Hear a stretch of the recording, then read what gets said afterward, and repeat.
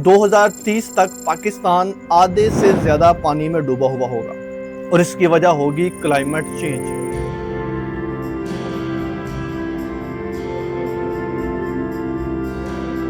آخر کیا بلا ہے یہ کلائمیٹ چینج؟ کلائمیٹ چینج کا مطلب ہے کہ موسم تبدیل ہو رہے ہیں، گرمی کا دورانیہ بڑھتا جا رہا ہے، سردی کا دورانیہ کم ہوتا جا رہا ہے، اور اس صورتحال کا سامنا صرف پاکستان کو نہیں بلکہ بیشتر ممالک کو کرنا پڑ رہا ہے۔ کلائمیٹ چینج کی سب سے بڑی وجہ ہے green house gases. Climate change میں سب سے بڑا رول پلے کرتی ہیں 74% کاربن ڈائی آکسائڈ۔ دنیا کی 40% الیکٹریسٹی یعنی بجلی جو ہم استعمال کرتے ہیں یہ کوئلہ، تیل اور گیس کو جلا کر بنائی جاتی ہے، اور ان تینوں چیزوں کو جب جلایا جاتا ہے تو کاربن ڈائی آکسائڈ پیدا ہوتا ہے۔ موٹر سائیکل، گاڑی، بس اور ٹرک سے لے کر ہوائی جہاز، کشتی اور بحری جہاز تک کو چلانے کے لیے جو تیل اور ڈیزل استعمال کیا جاتا ہے ان کو جلانے سے بھی کاربن ڈائی آکسائڈ پیدا ہوتی ہے۔ اس کے علاوہ سٹیل مل، سیمنٹ، کیمیکل اور کپڑے بنانے والی فیکٹریاں سمیت ہر وہ مشین جو بجلی سے چلائی جاتی ہے وہ کاربن ڈائی آکسائڈ خارج کرتی ہے، اور یہی کاربن ڈائی آکسائڈ بہت بڑا رول پلے کرتی ہے کلائمیٹ چینج میں۔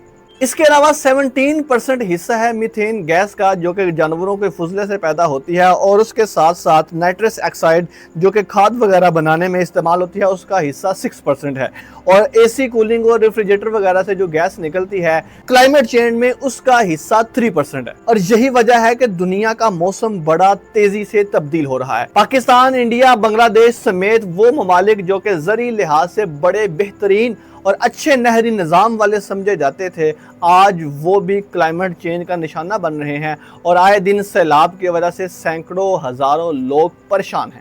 صرف 2025 میں آنے والے سیلاب کی وجہ سے ابھی تک 900 سے زائد ہلاکتیں ہو چکی ہیں، 1200 سے زائد لوگ زخمی ہو چکے ہیں، 8000 سے زائد مکانات تباہ ہو چکے ہیں، 7000 سے زائد مویشی ہلاک ہو چکے ہیں، 100 کلومیٹر تک روڈ بالکل تباہ ہو چکے ہیں، اور 200 سے زائد پل بالکل تباہ ہو چکے ہیں۔ صرف یہی نہیں بلکہ 3 کروڑ سے زائد لوگ وہ ہیں جن کو اپنے ہی گھروں سے ہجرت کرنا پڑی۔ یہ اعداد و شمار وہ ہیں جو ابھی صرف آن دا ریکارڈ آئے ہیں، اس کے علاوہ کئی ایسے اعداد و شمار ہیں جو کسی کھاتے میں نہیں آتے، اور ان سب کے پیچھے وجہ ہے کلائمیٹ چینج۔ اب آتے ہیں جس کلائمیٹ چینج کو کس طرح کنٹرول کیا جا سکتا ہے۔ کلائمیٹ چینج کی سب سے بڑی وجہ ہے کاربن ڈائی آکسائڈ، اور درخت جو کہ کاربن ڈائی آکسائڈ کو جذب کرتے ہیں ہم نے ان کو کاٹنا ثواب کا کام سمجھ لیا ہوا ہے۔ 21ویں صدی کے یہ شروع والے 25 سالوں میں 178 ملین ہیکٹر جنگلات کا رقبہ کم ہوا ہے، یعنی ایک ملک لیبیا کے رقبے جتنے جنگلات کم ہوئے ہیں۔ صرف 2022 میں 60 لاکھ ہیکٹر جنگلات کم ہوئے ہیں۔ ہر ایک منٹ کے اندر 10 فٹ بال گراؤنڈ جتنے رقبے کے جنگلات کاٹے گئے ہیں۔ اور اگر بات کی جائے صرف پاکستان کی تو ایوریج کسی ملک کے اندر 20 سے 25% رقبے کے اوپر جنگلات ہونے چاہیے، لیکن پاکستان میں صرف 5% رقبے پر جنگلات ہیں۔ 1992 میں پاکستان میں 3.78 ملین ہیکٹر جنگلات تھے، اور اس وقت یہ 3.09 ہیکٹر ملین رہ گئے ہیں۔ یوں سمجھ لیجئے کہ 18% ڈیکریز ہوئے۔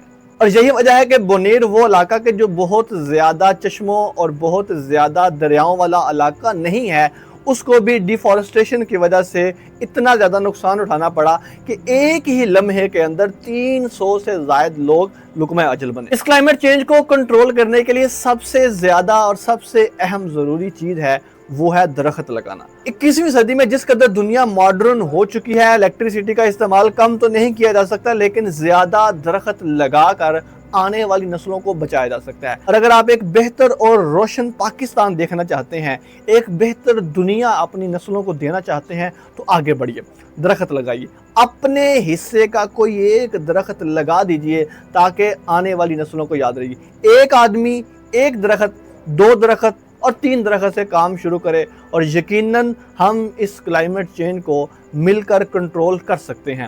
آخر پہ بس یہی کہوں گا کہ شکوائے ظلمت شب سے تو کہیں بہتر تھا اپنے حصے کی کوئی شمع جلاتے جاتے۔